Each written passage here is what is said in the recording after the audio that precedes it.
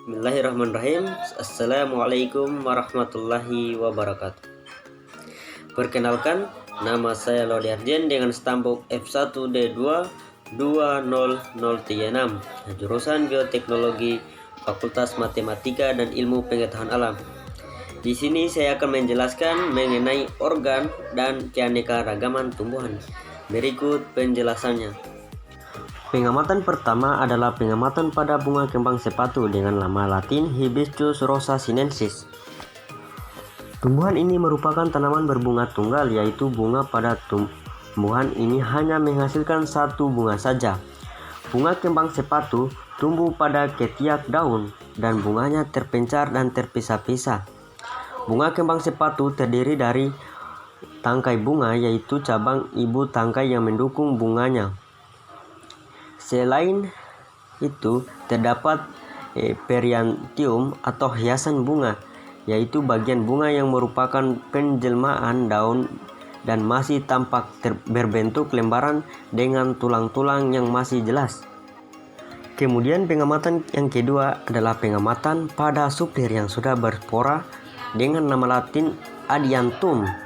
Suplir adalah tumbuhan paku populer untuk menghias ruang atau taman yang termasuk dalam marga Adiantum yang tergolong dalam anak suku Phytariidae dan suku Pteridaceae. Nama suplir merupakan adaptasi dari chevelure dari bahasa Prancis yang berarti seluruh rambut di kepala. Nama yang dikenalkan oleh Belanda sewaktu masa penjajahan, suplir memiliki penampilan ental yang khas yang membuatnya mudah dibedakan dari jenis paku-pakuan lain. Tanaman ini memperbanyak diri secara generatif dengan spora yang terletak pada bagian tepi sisi bawah daun yang sudah dewasa. Selain itu, perbanyakan vegetatif mungkin dilakukan ketika rimpangnya sudah cukup besar sehingga bisa dipecah menjadi 2 atau 3 bagian. Pengamatan selanjutnya adalah pengamatan pada bawang merah dengan nama latin Allium cepael. Bawang merah adalah sejenis tanaman yang menjadi bumbu berbagai masakan di Asia Tenggara dan dunia. Pada sel-sel bawang merah terdapat organel-organel sel seperti sitoplasma, dinding sel, dan nukleus. Dinding sel berfungsi untuk melindungi dan memberi bentuk pada sel. Nukleus berbentuk oval dan merupakan organel terbesar dalam sel. Kemudian plastisida berupa butir-butir yang mengandung zat warna. Sel epidermis bawang merah mempunyai dinding sel yang berbentuk tidak beraturan. Ada yang berbentuk segi 6 yang memanjang dan ada juga yang membentuk segi 4 yang memanjang. Sel epidermis bawang merah mempunyai bentuk yang tetap dan tidak berubah-ubah karena di dalam sel terdapat dinding sel. Kemudian pengamatan selanjutnya adalah pengamatan pada rimpang kunyit dengan nama latin Curcuma longa Linn. Perbungaan pada kunyit muncul langsung dari rimpang terletak di tengah-tengah batang. Ibu tangkai bunga berambut kasar dan rapat.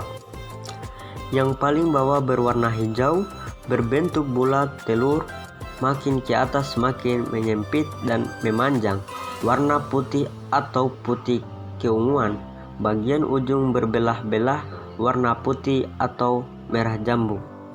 Pengamatan selanjutnya adalah pengamatan pada bunga jantan dan betina